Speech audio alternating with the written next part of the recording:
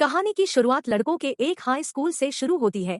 इस स्कूल में कीवा नाम की एक टीचर पढ़ाती थी और पूरे स्कूल में वो इकलौती फीमेल टीचर थी कि वह देखने में काफी खूबसूरत थी, जिस कारण अक्सर ही लड़के उसे परेशान करते रहते थे। कभी कभी लड़कों को नजरअंदाज कर देती थी, लेकिन कभी कभी उसे बहुत गुस्सा भी आता था। इसी स्कूल में मियो नाम का एक टीचर भी पढ़ाता था। दीवा और कीवा का चक्कर 1 साल से चल रहा था। आज लड़कों की हरकतों से कि वह बहुत परेशान हो गई थी। वह चाहती थी कि मियो लड़कों को डांटे, लेकिन मियो ने ऐसा करने से माना कर देता है कि वह को बेहद गुस्सा आता है, जिसके बाद वो जल्दी जल्दी अपने घर चली जाती है। थोड़ी ही देर बाद वह अपने घर पहुंच गई थी। कीवा का घर छोटा सा था और इसमें वो अकेली ही रहती थी। घर आकर वह अभी अपने हाथ पैर ही साफ कर रही थी कि तभी घर का फोन बजने लगा। फोन पर कोई अनजान लड़का था जो कीवा से उसके बदन की कीमत पूछता है, लेकिन वह नजरअंदाज कर देती है। दूसरी तरफ मियो का चक्कर रिया नाम की लड़की के साथ भी चल रहा था।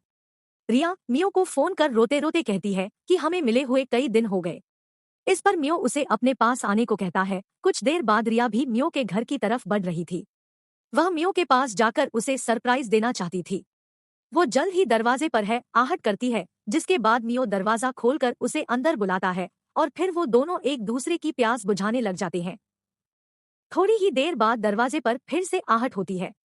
इस बार जैसे ही मियो दरवाजा खोलता है तो उसे अपने सामने रिया नजर आई है। रिया भी मियो से मिलने उसके घर आई थी, लेकिन घर में कीवा को देखकर वह बहुत हैरान होती है। मीरा को तो लगता था कि मियो उसे प्यार करता है और वो उसी से शादी करेगा, मगर कीवा और मियो को एक साथ देखकर उसके सारे सपने टूट गए। मियो उसे मनाने की कोशिश भी नहीं करता, बल्कि उसे साफ साफ कह देता है कि मैं किसी से शादी नहीं कर सकता। मियो की बात सुनकर वह वहां से रोते रोते चले जाती है। उसके जाने का मियो को कोई गम नहीं था। कीवा भी शादी नहीं करना चाहती थी। उसने तो अपने बदन की आग ठंडी करने के लिए मैं उसे रिश्ता बना रखा था। अब कहानी कुछ दोनों बाद शुरू होती है। एक दिन कीवा अपनी सहेली सूजी को फोन कर कहती है कि स्कूल में 2 दिन की छुट्टी है और मैं तुम्हारे पास आ रही हूँ। थोड़े ही देर के बाद सूजी के घर पहुँच गई थी। दोनों लड़कियां साथ साथ पड़ी थी और दोनों ही बचपन की सहेलियां थी। दोनों बैठकर चाय पीते पीते बातें करने लगती है। इसी बीच घर के बाहर आवाज आती है कि वह आवाज सुनकर बाहर देखते हैं तो उसे सूजी का पति री नजर आता है। री बगीचे में काम कर रहा था और उसे देखकर कीवा की आंखों में चमक आ गई थी। इसके बाद तीनों मिलकर रात का खाना खाते हैं। खाना खाकर री और सूजी अपने कमरे में जाकर प्यार करने लगे थे। कीवा को अलग कमरे में सोना था, लेकिन सूजी की आहें सुनकर उसके बदन में आग लग जाती है। 2 दिनों बाद कीवा अपने शहर वापस जा रही थी, क्योंकि स्कूल की छुट्टियां खत्म हो चुकी थी।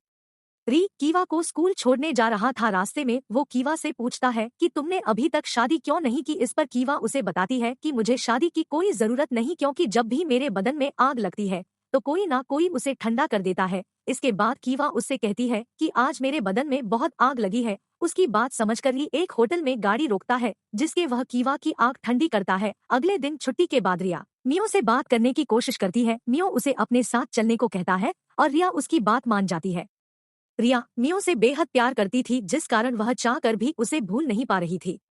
मियो उसे लेकर अपने घर तक आ चुका था और अंदर आते ही रिया उसे कहती है, तुम कीवा के साथ जो भी रिश्ता रखो मुझे कोई फर्क नहीं पड़ता, मैं तुमसे बहुत प्यार करती हूँ और तुम्हारे बिना जी नहीं सकती। उसकी बात सुनकर मियो पहले तो गुस्सा करता है, लेकिन फिर वो उससे प्यार करने लग जाता है। उधर कीवा अपने घर में कुछ लेटर पढ़ रही थी। दोस्तों तो उसके परिवार के थे। एक लेटर पढ़ते पढ़ते उसकी तबीयत खराब हो जाती है, जिसके बाद वो जल्दी जल्दी उल्टी कर बिस्तर पर लेट जाती है और स्कूल से 3 दिन की छुट्टी ले लेती है।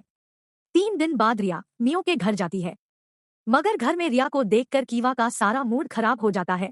उसके पूछने पर मियो उसे बताता है कि मैं तुम्हारे साथ कोई रिश्ता नहीं रख सकता, क्योंकि रिया मुझे बेहद चाहती है और मैं इसका दिल नहीं तोड़ सकता। इसके बाद वो कीवा को यह भी बताता है कि मैं और रिया जल्द ही शादी करने वाले हैं।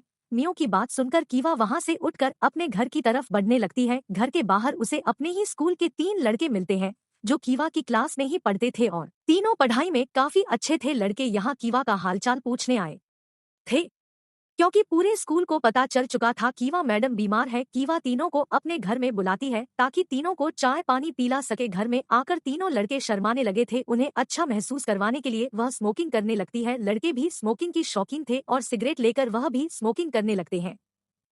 चाय पीने के बाद वो सभी खाना भी खाते हैं। खाना खाकर कीवा लड़कों से कहती है कि अब तुम्हें यहाँ से जाना चाहिए, क्योंकि मैं आराम करना चाहती हूँ, मगर लड़के उसकी बात नहीं मानते। कीवा इन तीनों को अच्छा समझ रही थी, लेकिन तीनों के इरादे देखकर वह अंदर ही अंदर डर जाती है। वो चाहती तो सामने वाला चाकू उठाकर लड़कों को डरा सकती थी, मगर उसने ऐसा कुछ भी नहीं किया, जिसके बाद लड़के उसे पकड़कर बिस्तर पर फेंक देते हैं। इसके बाद तीनों लड़के बारी बारी से कीवा की इज्जत लूटते हैं। इज्जत लूटने के बाद तीनों लड़के रोने लगे थे और वो कीवा से माफी मांगते मांगते कहते हैं कि हमें माफ कर दो, हम बहक गए थे कि वह उन्हें वहां से चले जाने को कहती है और साथ ही साथ यह भी कहती है कि तुम तीनों ने मेरी इज्जत लूटी है, ये बात किसी को मत बताना। कीवा की बात मानकर तीनों लड़के वहां से चले जाते हैं और उनके जाने के बाद कीवा खुद को साफ करने लग जाती है। थोड़ी देर बाद सूजी का पति री आता है। कुछ दिन पहले ही री ने एक होटल में कीवा की आग बुझाई थी। इस दिन से री कीवा का दीवाना बन गया था और आज वह अपनी बीबी से ही काम का बहाना बनाकर कीवा के पास आया था। दोनों पूरी रात एक दूसरे की प्यास बुझाते हैं। अगले दिन री और कीवा बाजार में घूम रहे थे।